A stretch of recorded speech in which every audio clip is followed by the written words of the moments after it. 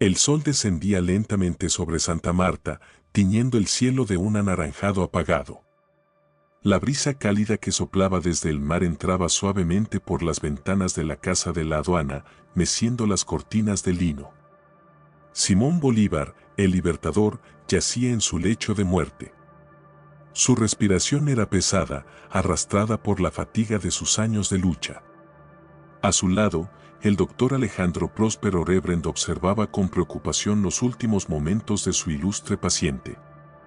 La habitación estaba en silencio, salvo por el sonido leve del viento que parecía susurrar despedidas en cada rincón.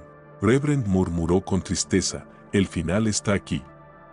Bolívar cerró los ojos por última vez, su pecho dejó de moverse y una quietud pesada se apoderó del lugar.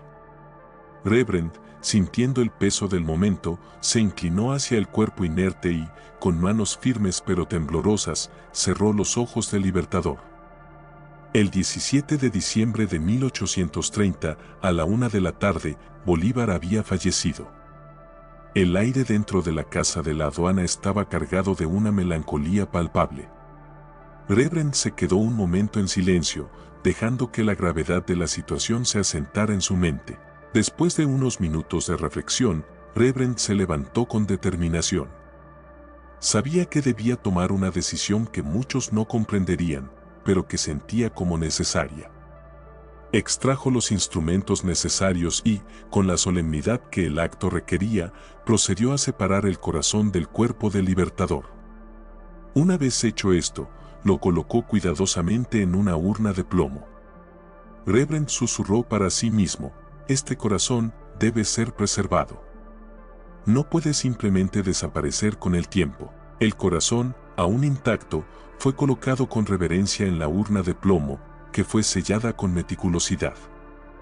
Rebrend, con un último vistazo al cuerpo de Bolívar, sabía que había tomado una decisión que lo acompañaría por el resto de su vida. Poco después, el cuerpo embalsamado de Bolívar fue trasladado a la Catedral de Santa Marta.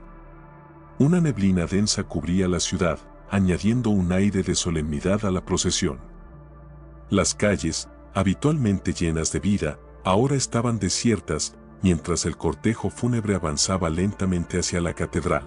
El cuerpo del libertador fue colocado en la tumba de la familia Díaz Granados, y la urna con su corazón fue discretamente depositada en un nicho oculto frente al altar mayor. Solo Rebrend conocía la ubicación exacta de la urna, guardando el secreto en lo más profundo de su ser. 12 años después, en 1842, José Antonio Páez, presidente de Venezuela, decidió que era hora de que los restos de Bolívar regresaran a Caracas. En su despacho, iluminado por una tenue lámpara de aceite, llamó a José María Vargas, un hombre de confianza y respetado médico. Páez habló con tono firme, transmitiendo la importancia de la misión. José María, es nuestro deber traer de vuelta a Caracas los restos del libertador.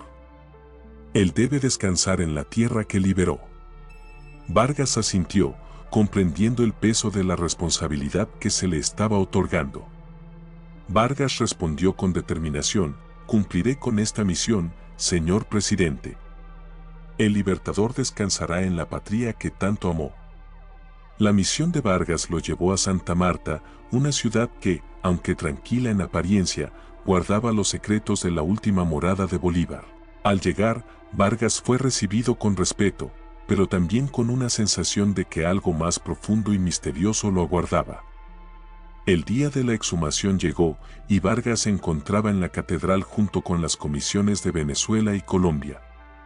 Las paredes de la catedral, viejas y llenas de historia, parecían vibrar con la anticipación del momento.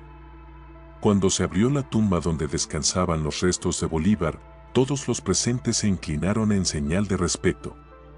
Pero entonces, Vargas notó algo que lo desconcertó. Al lado del ataúd había una pequeña urna de plomo, sellada y sin marcar. Confundido, se volvió hacia Rebrend, quien había estado presente para supervisar el acto. Vargas preguntó con una mezcla de curiosidad y preocupación: ¿qué contiene esta urna? No estaba informado de esto. Rebrend, después de un momento de vacilación, respondió con voz grave: esa urna contiene el corazón de Bolívar. Lo separé de su cuerpo para preservarlo. No se lo había comunicado a nadie, hasta ahora. El descubrimiento del corazón en una urna aparte dejó a todos atónitos. La existencia de la urna había sido un secreto bien guardado y ahora estaba ante ellos, revelando un capítulo desconocido en la historia del Libertador. Después de la exhumación, los representantes de Colombia, sorprendidos por el descubrimiento, solicitaron que la urna que contenía el corazón del Libertador permaneciera en Santa Marta como símbolo de la unidad y fraternidad entre las naciones. El representante colombiano, con voz solemne, expuso su solicitud: pedimos que el corazón del Libertador, guardado en esta urna de plomo, permanezca en Colombia. Es un símbolo de la gran Colombia que Bolívar soñó. Vargas, consciente de la importancia simbólica de la solicitud y a pesar de no tener autorización para tomar decisiones de esa magnitud, reflexionó profundamente antes de responder. Vargas asintió con seriedad, respondiendo con solemnidad: comprendo la importancia de su solicitud y en nombre de la hermandad entre nuestras naciones, acepto que el corazón del Libertador permanezca aquí, como un vínculo eterno entre nuestros pueblos. La urna fue depositada nuevamente en la Catedral de Santa Marta, en un nicho cercano al altar mayor, mientras los restos del cuerpo de Bolívar fueron preparados para su traslado a Caracas. El 13 de diciembre de 1860, Santa Marta se vio envuelta en el caos de la guerra civil entre liberales y conservadores. La catedral, que había sido un santuario de paz, se convirtió en el escenario de una violenta batalla. Las puertas de la iglesia se abrieron de golpe y los ocupantes, cubiertos por la oscuridad de la noche, comenzaron a luchar con una furia incontrolable. Se escuchó el rugido de las llamas mientras el fuego se propagaba rápidamente por el interior de la catedral, devorando los bancos y subiendo por las paredes. Las llamas finalmente alcanzaron el nicho donde estaba guardada la urna con el corazón de Bolívar. El calor era insoportable y la estructura de la iglesia comenzó a ceder. Las vigas de madera crujieron bajo la presión del fuego y se derrumbaron con un estruendo ensordecedor. Cuando el humo finalmente se disipó y las llamas se extinguieron, la urna de plomo había desaparecido, dejando tras de sí solo cenizas y escombros. Los días siguientes al incendio fueron de desconcierto y dolor.